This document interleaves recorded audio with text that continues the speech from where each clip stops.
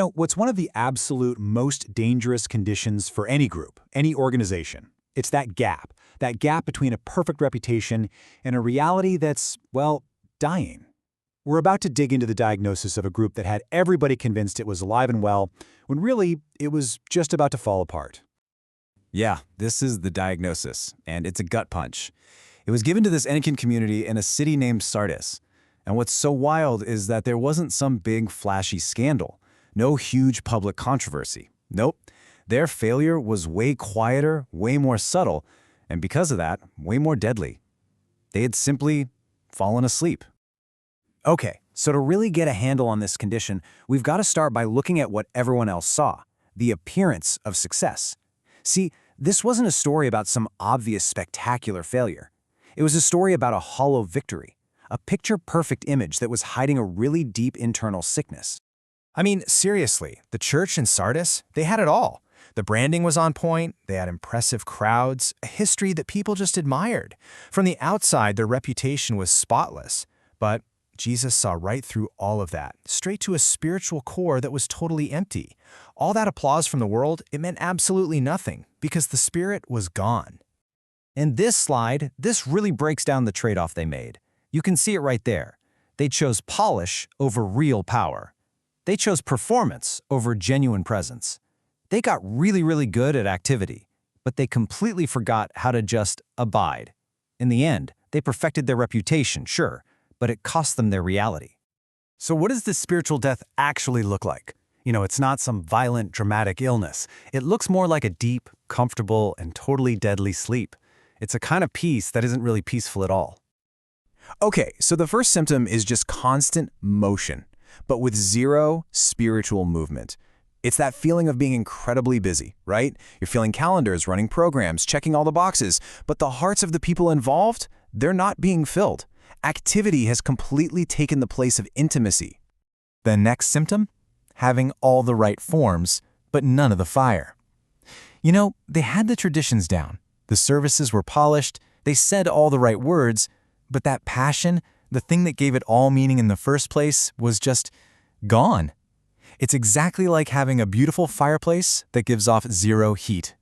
And maybe the most deceptive symptom of all is this false sense of calm. Look, this isn't true peace. It's the peace of paralysis. It's worship without any sense of wonder. Think about it. When there's no internal conflict, no struggle, it might just mean you're not a threat to anything anymore. And this question really gets to the core of the diagnosis. I mean, why would an enemy bother attacking an army that's already fast asleep? The answer is, they wouldn't. The church in Sardis wasn't at war anymore because it wasn't a threat anymore. It's sleep. That was the victory for the other side. All right, so what's the root cause of all this? Interestingly, it wasn't a lack of belief. Not really. It was a huge misunderstanding of what faith even is. They had tons of believers, but almost no apprentices. And that distinction is absolutely critical. See, a believer might just admire Christ from a distance, knowing a lot about him. But an apprentice? An apprentice actively follows Christ, learning how to live with him day in and day out. Sardis had a faith in name only. It wasn't a faith that had actually changed who they were. They were fans, not followers. So the antidote to all of this is what the theologian Dallas Willard called the with God life. And this isn't just about trying to manage your behavior, right? It's way deeper. It's about transforming who you are on the inside. It's this intentional, moment-by-moment awareness of God that shapes every single part of your life. That is what it means to be truly awake. Okay, so we've got a clear diagnosis, and we know the root cause. So, what's the prescription? Well, Jesus didn't just point a finger at Sardis and condemn them. He actually gave them a direct, actionable command for how to recover. It's a clear, 3-step path back to life. First step, awaken. Simple as that. It means you have to be honest and just admit the reality of the situation. Step 2, strengthen what's left. Because even in places that seem dead, there's often a tiny little ember of life still flickering. The command is to find that ember and fan it back into a flame. And third, remember and obey. Go back to the original truth, the thing that gave you life in the first place, and start actually living by it again.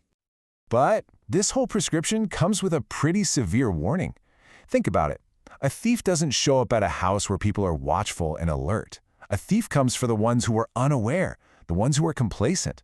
And that's the inevitable end of spiritual sleep, a sudden, unexpected loss. But here's the good news. For those who do wake up, the prognosis isn't judgment. It's incredible hope and security. Jesus makes it really clear that even in the middle of all that decay, there is always a faithful group, a remnant. Yeah, there's this key line right in the middle of the diagnosis. It says, "Yet you still have a few names in Sardis, people who have not soiled their garments." This reveals something so crucial, that even in the most lifeless places, a remnant is always kept safe. The ones who stay awake, who refuse to compromise, who walk in purity. And to this remnant, two huge promises are given. First, that they'll walk in white garments, which is this amazing picture of a totally transformed character. And second, that their names will be secured in the book of life, and that's a guarantee of eternal security. You can't get better than that. So, in the end, we have to turn this whole diagnosis back on ourselves. It forces us to ask a really tough question, not just about our groups or organizations, but about our own lives. Is our vitality real, or is it just a very convincing, very polished, and very, very dangerous reputation?